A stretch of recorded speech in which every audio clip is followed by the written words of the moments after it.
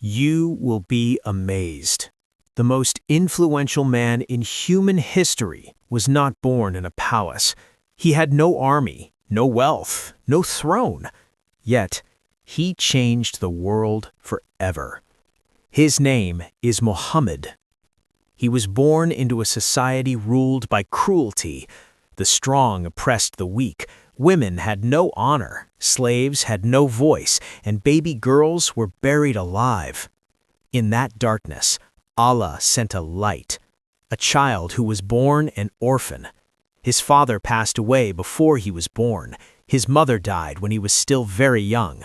Imagine that, a child growing up without parents, without protection, without comfort.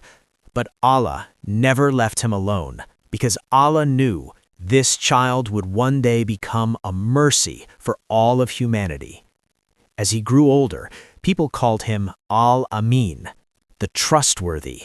Even his enemies trusted him. They left their valuables with him because they knew Muhammad never betrayed trust. He never lied, he never cheated, he never spoke harshly.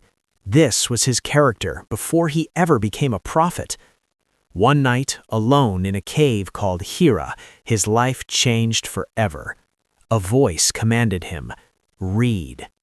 That single word carried a responsibility heavier than mountains. He was afraid. He was shaking, not because he was weak, but because he understood how heavy this mission was. He ran home and said, "Cover me, cover me." And his wife Khadijah said words that still heal broken hearts today. Allah will never disgrace you. Then the hardship began. People mocked him, they insulted him, they called him crazy, they called him a liar. In the city of Taif, he was stoned until his feet bled. An angel came and said, "If you wish, this city can be destroyed." But Muhammad said, "No.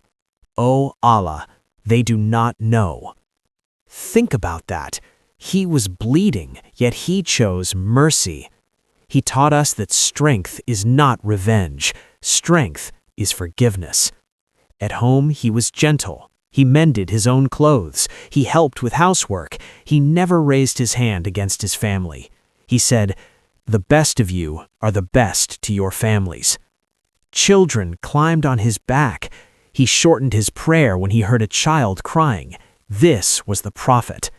In his final moments, he did not speak about himself. He said, "My ummah, my people." Even at death, he was thinking about us. That is why his life still moves hearts, because his story is not just history, it is guidance, it is mercy, it is hope. If you feel broken, remember his patience. If you feel lost, remember his trust in Allah, because his life proves one truth: pain is not the end. You will be amazed. This life is not just meant to be heard, it is meant to be followed. The life of Prophet Muhammad. But the story does not end there, because the more truth he spoke, the more resistance he faced. People didn't just reject his message, they tried to silence his existence. They placed thorns in his path, they insulted him in public, they boycotted him and his family. Imagine being cut off from food, from safety, from society. For 3 long years, he and his followers survived with almost nothing. Children cried from hunger, adults slept with empty stomachs. Yet, not once did he complain to Allah. Not once did he say, "This is too much." Instead, he prayed. When his uncle Abu Talib passed away, he lost his protection. When his wife Khadijah passed away, he lost his comfort. That year is remembered as the year of sorrow. Think about that. He lost the 2 people who stood by him the most. Yet, even then, he did not give up. He went out again. He called people again. He hoped again, because his heart was tied to Allah, not to results. One night, Allah honored him in a way beyond imagination. He was taken on a journey from Mecca to Jerusalem and then beyond the heavens. The night journey, the ascension.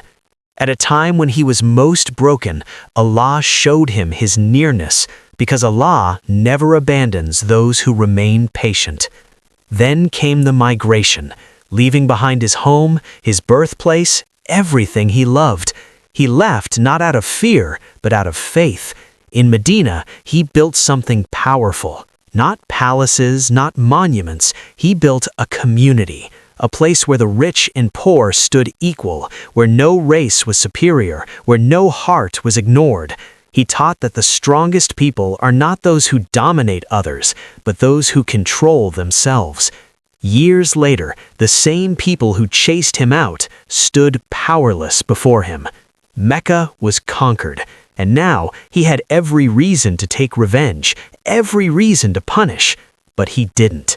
He lowered his head. He forgave everyone. He said, "Go, you are free." In that moment, he conquered hearts, not land. And that is why his legacy lives, because power did not change him. Success did not corrupt him. He remained the same humble servant of Allah. And that is the kind of man the world had never seen before and may never see again. As the years passed, his mission was nearly complete. The message had reached hearts far beyond the deserts of Arabia. Yet his life remained simple. Power never distracted him. Victory never changed him. He slept on a mat that left marks on his skin. He ate simple food. Some days, no fire was lit in his home. When asked why he lived this way, he did not complain. He smiled. Because his heart was not attached to this world. He knew this life was temporary. One day, during his final pilgrimage, he gathered the people. More than 100,000 stood silently, listening. This was not an ordinary speech. This was a farewell. He spoke about justice. He spoke about equality. He said no race is superior to another. No color is greater than another. He reminded them that women are a trust, that wealth is sacred, that oppression is forbidden. Then he asked a question. "Have I delivered the message?" The people answered, "Yes." He raised his finger to the sky and said, "O Allah, bear witness." Soon after, his health began to fade. Yet even in illness, he continued to pray. He continued to smile. He continued to care. In his final moments, he did not ask for comfort. He asked about prayer. He asked about his people, my ummah. His last breath carried concern, not for himself, but for others. And then he returned to Allah. The room fell silent, but his message did not. Because his life did not end. It continued in every act of mercy, every act of justice, every act of patience. Today, when someone chooses forgiveness over anger, his legacy lives. When someone feeds the hungry, his legacy lives. When someone turns to Allah with a broken heart, his legacy lives. You will be amazed. This was not just a man. This was mercy in human form. And his life was not meant to be admired from a distance. It was meant to be followed.